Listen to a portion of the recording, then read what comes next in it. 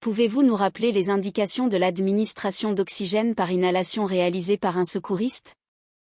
Alors, nous allons revoir les indications de l'administration d'oxygène à inhalation. C'est une question qui est assez couramment posée, notamment par les secouristes. Il faut savoir que l'inhalation d'oxygène consiste à enrichir l'oxygène de l'air qui est inspiré par la victime et que, naturellement, pour réaliser une inhalation d'oxygène, il faut que la victime respire spontanément et qu'elle ne présente pas un arrêt de la respiration ou une respiration qui est anormale, ce qui entraînerait donc une difficulté d'apporter de l'oxygène à l'intérieur de l'organisme si la victime ne respire pas suffisamment. Donc pour cela, il faut qu'il y ait une fréquence respiratoire qui soit au moins supérieure à 6 mouvements par minute.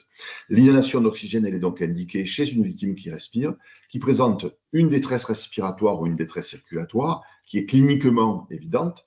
Dans le cas de la détresse respiratoire, l'altération de la respiration ne permet pas d'amener suffisamment d'oxygène au niveau des alvéoles ou au niveau de l'interface entre l'alvéole et la circulation sanguine au niveau pulmonaire, soit lorsqu'il s'agit d'une détresse circulatoire, lorsqu'il y a des difficultés de transport en fait, de l'oxygène des poumons vers les tissus.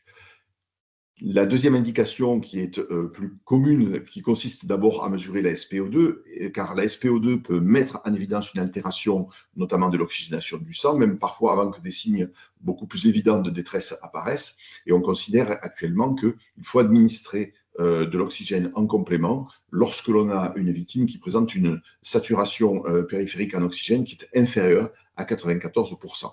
Naturellement, il y a une modification à prendre en compte si la victime présente une insuffisance respiratoire chronique, mais on le verra tout à l'heure, où on considère qu'il faut administrer de l'oxygène en complément en inhalation. C'est une victime qui a une insuffisance respiratoire chronique, par exemple sur une bronchopneumopathie chronique obstructive, lorsque la SpO2 donne une valeur qui est inférieure à 89%.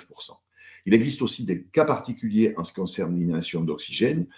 L'inhalation d'oxygène est absolument nécessaire chez toute victime qui présente une intoxication aux fumées d'incendie ou au monoxyde de carbone, parce que le monoxyde de carbone entraîne un trouble du transport de l'oxygène par le sang, par des troubles notamment de la fixation au niveau de l'hémoglobine, et que l'administration complémentaire d'oxygène peut essayer d'élever notamment la quantité, notamment dissoute d'oxygène dans le sang, pour continuer à oxygéner la victime. Donc lorsqu'on a une intoxication à la fumée ou une intoxication au monoxyde de carbone, il faut administrer de l'oxygène en inhalation, quel que soit notamment le taux de la SpO2. La deuxième indication particulière où l'on administre aussi de l'oxygène, c'est lorsqu'il existe des accidents de décompression. Ces accidents de décompression peuvent être secondaires à une plongée, mais on le voit aussi dans certains accidents du travail, notamment chez les tunneliers qui travaillent en surpression et où là, effectivement, l'administration d'oxygène dans ce cadre, dans ces indications-là, a surtout un but thérapeutique autre que le transport d'oxygène par le sang.